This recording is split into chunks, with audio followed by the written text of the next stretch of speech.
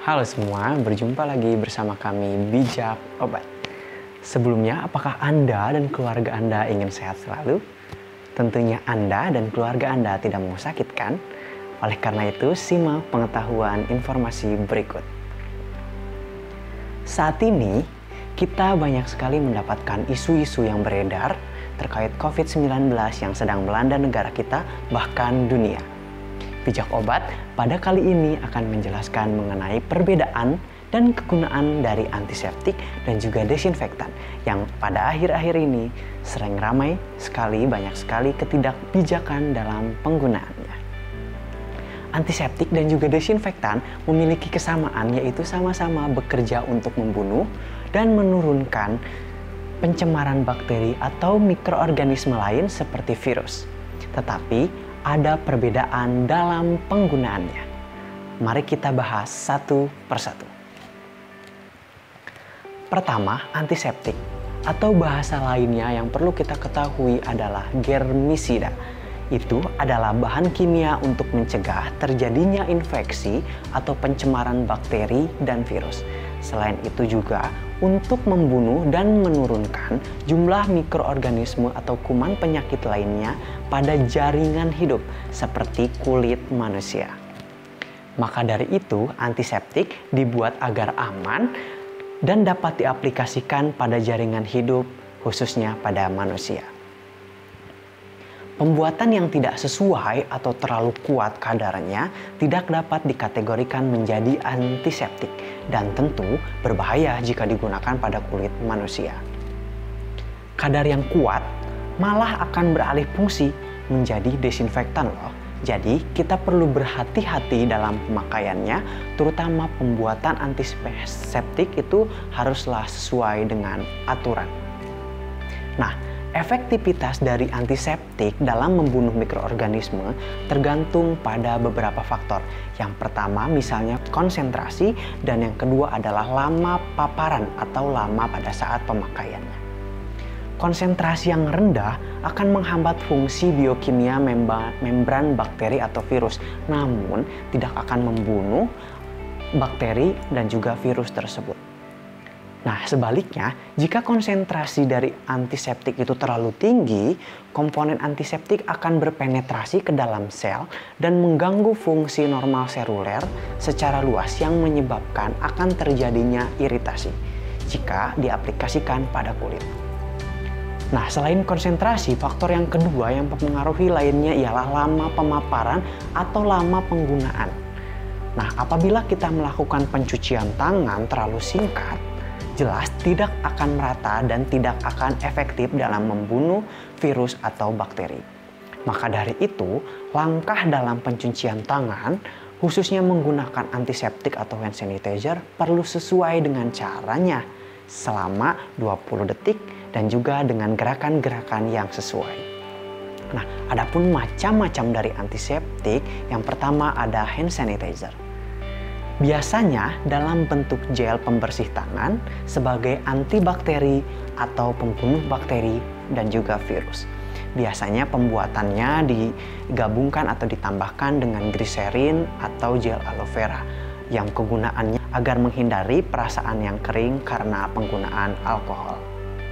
Berdasarkan penelitian dari The Center of Disease Control and Preventive atau CDC, hand sanitizer dengan kandungan di atas 60% dapat berfungsi sebagai antibakteri atau antivirus, yaitu dapat membunuh bakteri dan juga membunuh virus. Adapun contoh merek dagang hand sanitizer yang beredar di pasaran ada Dettol, Antis, dan lain sebagainya. Yang kedua ada sabun antiseptik.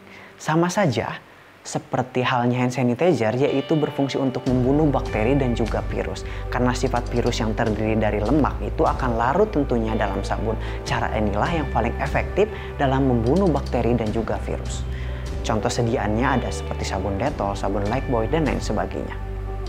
Yang ketiga dari antiseptik adalah cairan antiseptik pembersih luka. Mari ketahui lebih lanjut mengenai pilihan larutan yang sering digunakan untuk membersihkan dan merawat luka. Yang pertama ada alkohol. Larutan desinfektan ini dapat menghancurkan kuman loh. Namun sebenarnya alkohol tidak dianjurkan dalam pembersihan luka.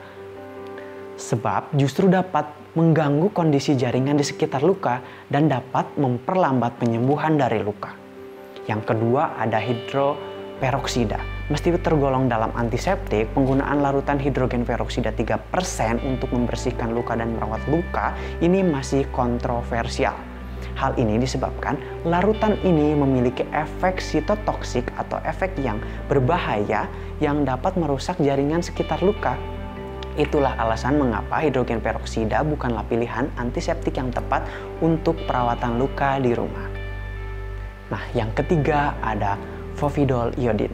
Larutan antimikroba ini efektif melawan beragam macam kuman penyebab infeksi.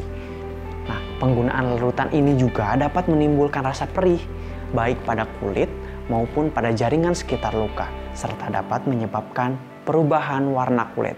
Adapun contoh sediaannya di pasaran biasanya ialah betadine dan juga rifanol. Nah, yang keempat ada polyhexamethylene biguanide atau yang biasa disingkat PHMB. Nah, antiseptik dengan kandungan PHMB ini mampu membersihkan dan merawat luka, melawan bakteri penyebab infeksi, serta tidak nyeri pada saat penggunaannya. Bahkan, pada sebagian kasus dapat membantu mengurangi rasa perih dan juga luka.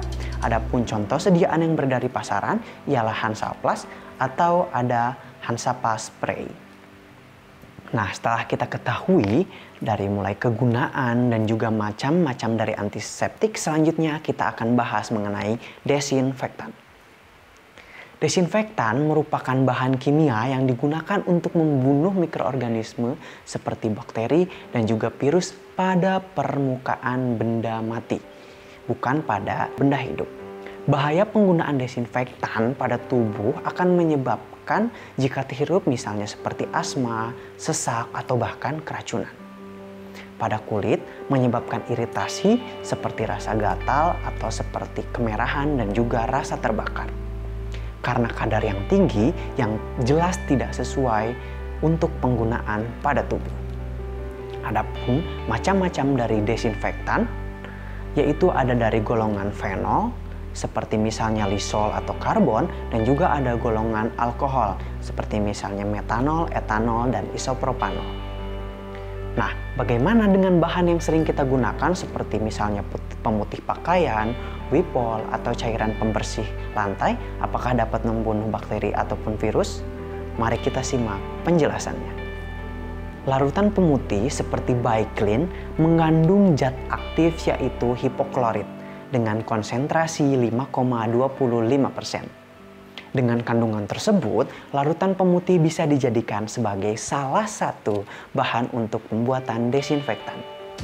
Penelitian yang diterbitkan oleh dalam jurnal of Hospital Infection menyebutkan virus corona dapat mati dalam 1 menit dengan melakukan desinfeksi pada permukaan benda dari beberapa macam bahan. Seperti salah satunya ialah pemutih baju. Nah, yang selanjutnya bagaimana dengan karbol atau lisol?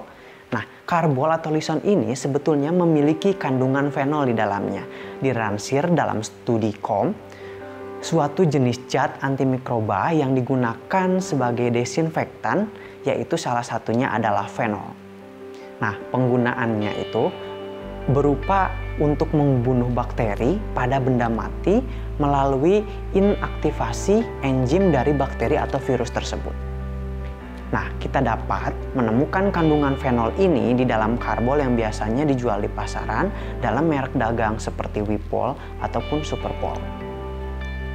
Nah, yang ketiga ada pembersih lantai. Nah, pembersih lantai ini memiliki kandungan benzalquinolin klorida, merupakan zat aktif yang terkandung di dalamnya pada pembersih lantai. Nah, selain pembersih lantai yang mengandung formula antibakterial dan mampu membunuh kuman, bakteri, dan virus, sehingga dapat membersihkan kotoran yang menempel di lantai dan juga efektif tentunya dalam membunuh bakteri dan juga virus. Dengan demikian, berbagai kandungan di dalam bahan-bahan di atas, pembersih pakaian atau pemutih pakaian, juga Wipol, karbon, dan juga pembersih lantai itu dapat digolongkan dalam desinfektan dan dapat berguna dalam membunuh bakteri maupun virus.